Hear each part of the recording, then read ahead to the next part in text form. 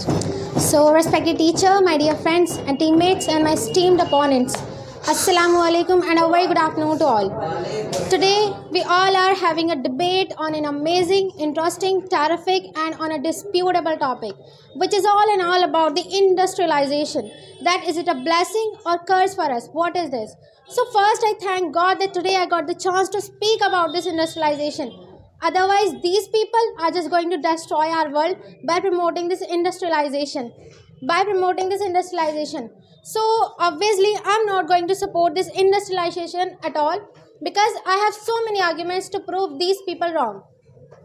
So, let's begin with my industrialist opponents, as they all are stuck on one thing, that is development and their employment.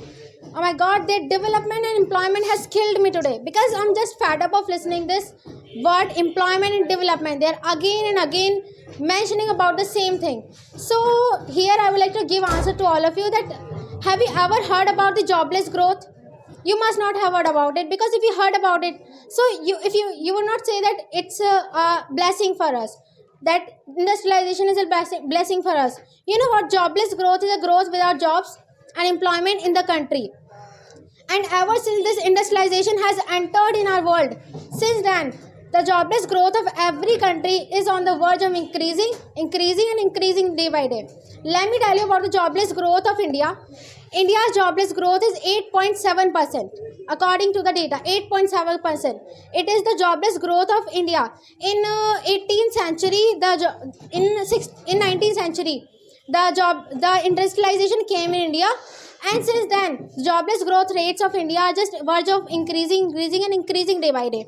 And let me tell you about the jobless growth of other countries like USA, the most developed country of our world. The jobless growth of this country is 6%. Can you imagine this thing? And the jobless growth rates of UK, 3.26%. 3.26% UK has a jobless growth rate. And jobless growth rates of China, 4.24%. Means these all most developed countries are having jobless growth rates. Can you imagine this thing?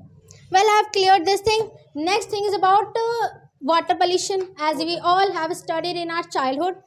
Water pollution. That water pollution is that pollution which comes from the industrialization. Okay, the chemicals which mixes in the rivers. This is the water pollution. We studied it and we put that aside and we said no harm. But guys, we are having to study it again. Let's study it again. Look, this is the book of class 12, NCERT book of class 12 of political science. And in this book, it is clearly given, the data is given, I have highlighted here and I am reading that. Okay.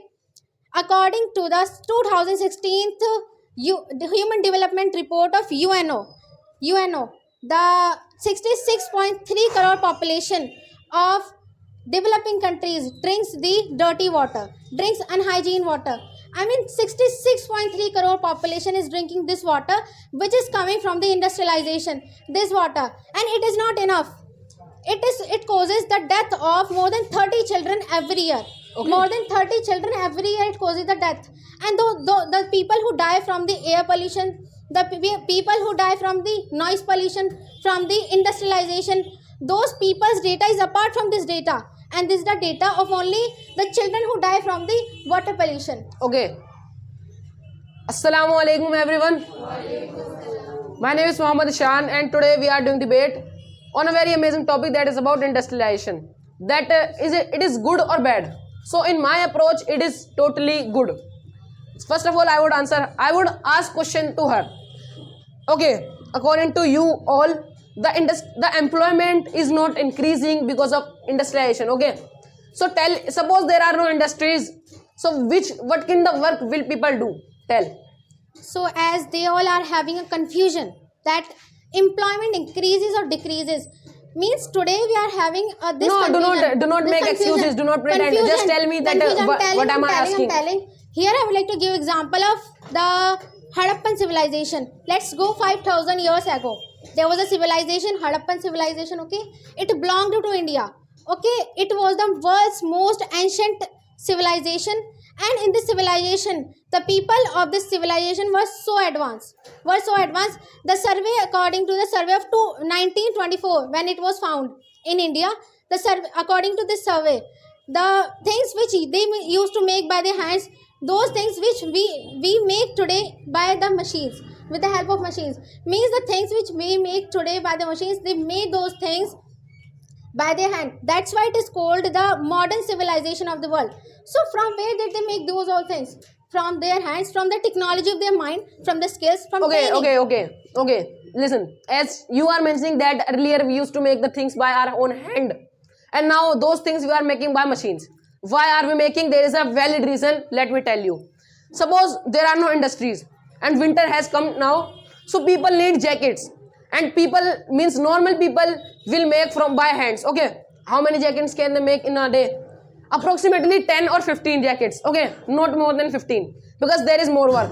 But if we talk about the industrialization, so because of the industrialization, in the one day we can make thousands of the jackets. Okay, this is the need. Industrialization is for fulfilling the need. And next thing I would answer to a girl, someone, no, to someone, she was mentioning that this